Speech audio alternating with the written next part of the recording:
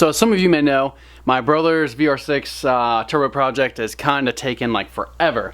And one of the reasons it's been taking forever, which we've been waiting on filler rods for welding, is the bell housing is different on the auto block from the manual block. So this bell housing on this engine has one here, which is in the wrong location.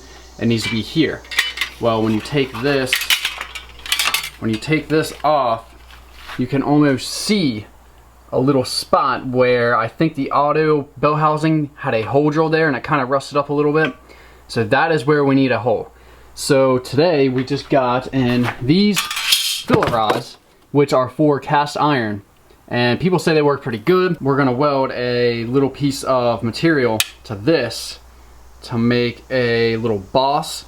And then we're going to drill, we're gonna do it. We're gonna make it happen. What we're gonna do is we're gonna measure from this pin over to here, and then from that pin up to this one, and we're gonna copy them dimensions off of his original engine, which has the pin in the right location. So from here to here, like I said, on the other engine, from there to there, and pretty much this is what we're welding on. And you can even see like the casting. I don't know why they made these different.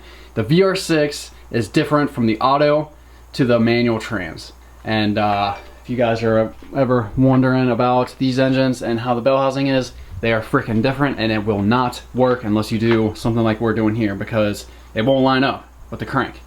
This one is right, and the crank's right, but there's no location over here, so you don't know where the trans is going to be bolted down to, because there's clearance in the bolt holes on the bell housing.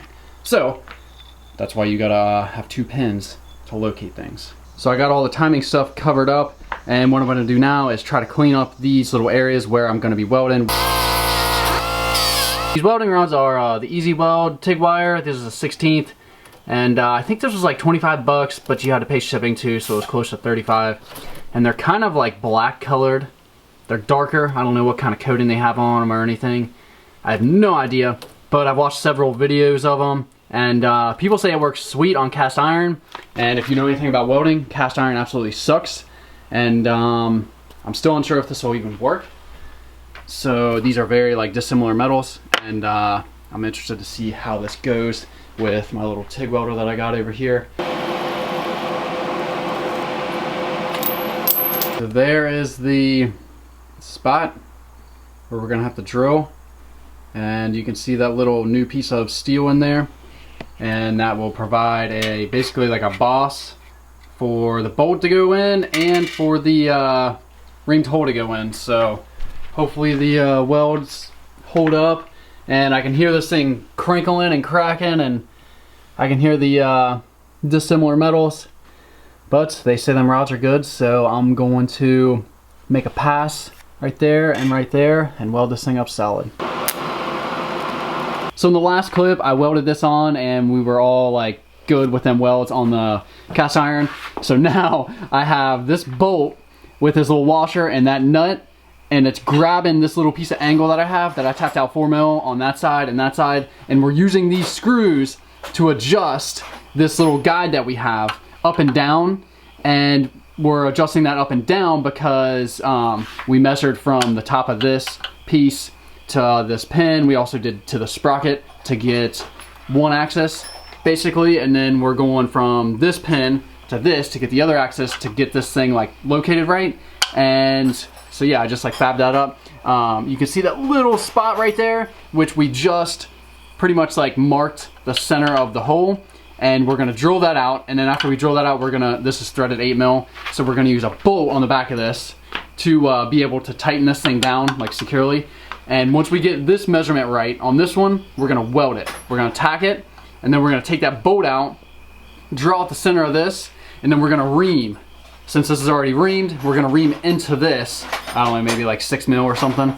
And then when you take this out, we'll have to cut it off.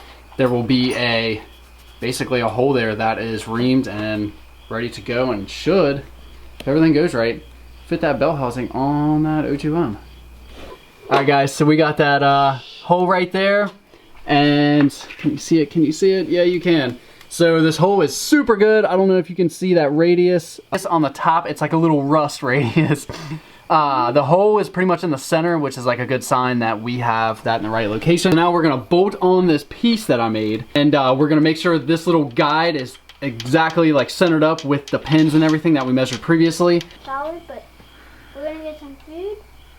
Maybe that could work with it. So this we have in the exact position, and I don't even like being close to it because I don't want to bump it out of location. So we measured it off there, we measured it off the sprocket, we also measured it off this top pin, and everything is adding up. So I'm gonna tack it to this piece of cold roll because cast iron obviously doesn't weld good, as you saw earlier. So tack it here, and probably tack it down here, measure it again, make sure it's good, and then probably tack it a bunch so this thing does not move.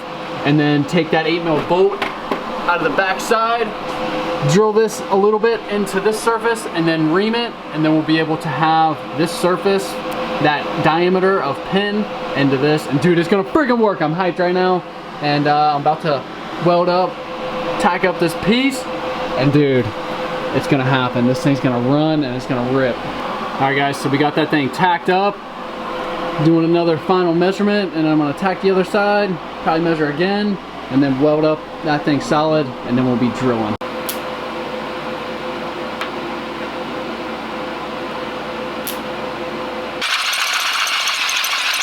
So we're wrapping it up for today, and the one thing that stopped us was the reamer will not fit in this chuck on this drill because it is just way too big. So my brother's gonna bring this into work, turn this end down a little bit so it'll fit in this chuck, and then we'll be able to remount the engine and then get the trans made into it. All right guys, so here's the pin. We got that reamer, turned it down to where we could fit it in the drill, and we reamed it off, took off that little chunk that we had on here, and it's all located. A bolt will fit through the back side, and you can see through. And this thing, this is a super good sign. It literally fits right on, like no problem. It falls on, which is a freaking good sign because this trans is gonna fit no problem. And we're gonna be able to get this thing running, right? We're about to go. Okay, so that's pretty much how you get a manual trans to fit an automatic VR6 block. So any confusion out there as to whether these blocks are the same, dude, they're freaking different. They are way different. And you need that pin to be in the right location to get that trans on right. So if you guys like this kind of stuff, definitely stick around, and that wraps it up for this video. So any questions about VR6 stuff, definitely leave it in the comments. I will be keeping an eye out on them and hopefully fill up YouTube with a bunch of VR6 stuff.